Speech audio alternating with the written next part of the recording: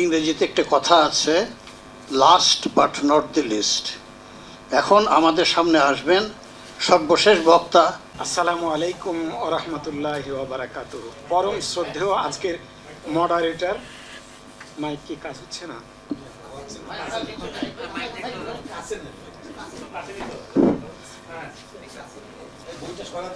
না লাগবে না, কিছু লাগবে না। পরম শ্রদ্ধেয় জনাব মডারেটর, আমি আগে একটা কথা বলিনি, আজকে এত গুরুত্বপূর্ণ এবং জ্ঞানগর্ভপূর্ণ বক্তব্য শুনেছি। আমার মনে হচ্ছে আমি এখানে ছাত্র হিসাবে থাকলে সবচেয়ে ভালো হতো, স্টুডেন্ট হিসাবে থাকলে। সত্যি আমি ইনলার্জড বাই ইউ অল। সবার বক্তব্য কাটটা বাদ দিয়ে কাটটা বলো, সবগুলো আমার হৃদয় কেড়ে নিয়েছে এবং খুব সঠিক বক্তব্য বলেছেন। ইকতিদার স্যার চলে গেলেন, আমার আগের ব্যাচের উনি বিচারক ছিলেন। উনি একটা কথা বলে গেছেন, আমি বক্তব্য কিন্তু ইনশাআল্লাহ অল্প সময়ে শেষ করব। উনি বলে গেছেন যে আমরা যে সংবিধান সংশোধন করছি, আব্দুর রহমান সাহেব বললেন কারা আপনারা, কিভাবে করছেন, এটার ভবিষ্যৎ কী।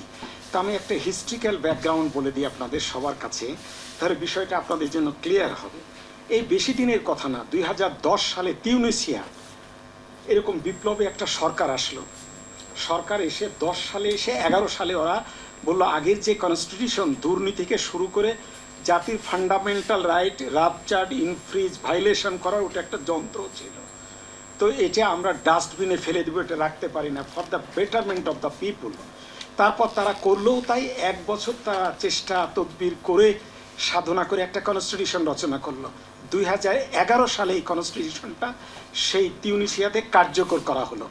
কিন্তু পরিতাপের বিষয়, এর কয়েক বছর পর যখন জাতীয় নির্বাচন দেওয়া হলো, নির্বাচিত সরকার টেক ওভার করলেন 1914 সালে, এই 2014 সালে, সরি 2014 সালে। 2010-11 সালে হলো নতুন কনস্টিটিউশন, আর 2014 নতুন সরকার এসে আবার এটাকে ডাস্টবিনে ফেলে দিয়ে আগের যে কনস্টিটিউশন ছিল তাকে আবার ইফেক্ট করে দিল। আরও পর্যন্ত শেষ, সব শেষ একবারে। তো আমার মাঝে মাঝে মনে হয় এখন যে কাজগুলো হচ্ছে ওনারা এসেই কি শেষ করবে না। এর জন্য আমার একটা ছোট্ট বিবেক প্রসূত একটা কথা মনে হচ্ছে যে এই যে আমরা এত কমিটি করছি, এই কমিটিতে বিএনপি, জাতীয় পার্টি আর যে দলগুলো এখন আছে এক্সেপ্ট আওয়ামী লীগ, তারা তো দেশের জন্য নয়, তারা নিজের জন্য ছিল। এটা আপামর জনসাধারণ এই জাজমেন্ট দিয়ে দিয়েছে নেশনকে। তো যারা আছে আদার দেন আওয়ামী লীগ, তাদের সবকে নিয়ে তাদের পক্ষ থেকে একজন প্রতিনিধি বা 2 জন প্রতিনিধি করে এই কমিটিগুলো নিয়ে যদি তাদেরকে রাখা হতো, তাহলে পলিটিক্যাল পার্টিগুলা এটা নিয়ে ভবিষ্যতে প্রশ্ন করতে তাদের এজিটেশন হতো। এই জন্য এই সরকার এই বিষয়টি মাথায় নেয়নি, এটা কিন্তু ঠিক হয়নি। এখনও সময় আছে এই সব কমিটিগুলোতে সেগুলো তাদেরকে ইনক্লুড করা। দ্বিতীয় কথা হলো আমার, আপনারা সবাই একমত হয়েছেন, আমি প্রথম দিন থেকেই এই সরকার আসার পর থেকে বলছি যে আমাদের সংবিধানের আপনারা আর্টিকেল 7 বলেছেন, আর্টিকেল আমি কটা বললো 5-7টা আর্টিকেল আছে, রাষ্ট্রদ্রোহিতার কথা বলেছেন। এই সংবিধানের কোনো অঙ্গে হাত দেওয়ার মতো নাই। একটাকে রেখে আর একটা আপনার অনুসরণ করা মানে অকল্পনীয় ব্যাপার। তারপরে এই ডক্টর ইউনূস কিভাবে সংবিধানকে আফেল করছে, কিছু অংশ মানবা আর কিছু অংশ মানবা না, তুমি তো মুমিন না। উদখুলু ফি সিলমে কাফা, কোরআনের একটা কথা আছে, অ্যাজ এ হোল তোমাকে এর মধ্যে ঢুকতে হবে। তো তুমি কিছু মানবা কিছু মানবা না, এটা তো হয় না, এটা তো কোনো বিঘ্নচিত কাজ হচ্ছে না। এই জন্য আমি মনে করি যে এই সরকারের সে একটা জেনারেল অ্যাসেম্বলি করে সব কিছু করা মানুষের চেয়ে তো বড় কিছু নয় কিছু মহিয়ান। সংবিধান দিয়ে আমি কি করব? মানুষের ফান্ডামেন্টাল রাইটই যদি না থাকে, মানুষের অধিকারই যদি না থাকে, আমাদের দেশের বিচার বিভাগ আছে। আমি বিচারক হিসাবে প্রায় 4 দশক বিচার বিভাগে, এটা একটা যন্ত্র, নিষ্পেষণের একটা যন্ত্র। কোনো মানুষ বিচার পায়? একটা উদাহরণ দিই, একটা মার্ডার কেসও যদি কেউ করে, আপনার 1 টাকা কোর্ট ফি লাগবে না। আর আপনার 2 বিঘা জমি উদ্ধার করতে গেলে আপনার অ্যাডভোলেরম কোর্ট ফি থেকে দিয়ে আপনার 14 গোষ্ঠী উদ্ধার হয়ে যাবে। এই ডিসক্রিমিনেশন, জনগণের নিষ্পেষণের জন্য আমাদের মাত্র 35,000 আইন আছে, বুঝেছেন? 35,000 আইন আছে আমাদের দেশে। এই আইনগুলোর কোনো প্রয়োজন আছে? আইনের একটা বেসিক ক্যারেক্টার হচ্ছে, কাজী শামসুর রহমান সহ সব জুরিস্টরা এবং জুরিসপ্রুডেন্সেও এই বিষয়টা তুলে ধরা হয়েছে। আজকের আইন কালকের জন্য অচল। ইভেন দো ইসলামের শরিয়ালা বলছে হুদুদ যেটাকে বলা হয় আল্লাহ করতে ফিক্স করে মাত্র 4-5টা পানিশমেন্ট ছাড়া যা আছে শরিয়া ল বলছে এটা মানুষ তৈরি করবে, ইনঅ্যাক্টমেন্ট করবে মানুষ। এই জন্য কোরআন বলেছে আতিউল্লাহ ওয়া আতিউর রাসূল ওয়া উলিল আমরে মিনকুম। এই আইন ইনঅ্যাক্টমেন্ট করার জন্য আইনজীবী লাগবে, কৃষিবিদ লাগবে, ইঞ্জিনিয়ার লাগবে, সাংবাদিক লাগবে, সমাজের সব সেক্টরকে কাভার করে ইজমা করতে হবে। ইজমা হচ্ছে প্রগতিশীল বিবর্তনের একটা আলোক রশ্মি। ইভেন আমাদের 4 খলিফা যে তাদের অ্যাডমিনিস্ট্রেশন চালিয়েছে তারাও ইজমার চর্চা করেছে। ইভেন দো কোরআনের আয়াতকে তারা ফর টাইম বিং স্টে করে দিয়েছে। সূরা তওবার 80 নম্বর আয়াতকে যেটা বলা হয়েছে বিধর্মীদের মন জয়ের জন্য দাও, ওমরে সেটাকে স্টে করে দিল। আপনাকে মনে রাখতে হবে কোরআনের ওই আয়াতগুলা যেগুলা শরিয়া সম্পর্কিত, আমার জীবন ঘনিষ্ঠ, স্থানকাল পাত্র বিবেচনায় এর ভিন্ন ব্যাখ্যা, ভিন্ন ইমপ্লিমেন্টেশন হবে। এর জন্য আইন রুল মানুষ তৈরি করবে, আসমানের ফেরেশতা নয়। এটা স্বয়ং আল্লাহর নবী বলেছে এবং একাধিক আয়াতে এটা বলা হয়েছে। এর একটা তত্ত্ব আপনারাকে দিই, নাসেক এবং মানসুখ কোরআনের আছে, যে কতগুলো আয়াতকে আল্লাহ পরবর্তীতে রিপিল করেছে, তার স্থলে নতুন আয়াত প্রতিস্থাপিত করেছে, কোথাও করনি। এই সিলসিলাটা ভবিষ্যৎ জনসাধারণ যারা পার্লামেন্টে থাকবে, যারা মুসলিম উম্মাকে পরিচালনা করবে, এর ভিত্তি তারা ইনঅ্যাক্টমেন্ট করতে থাকবে। এই জন্য সোর্স রয়ে গেছে।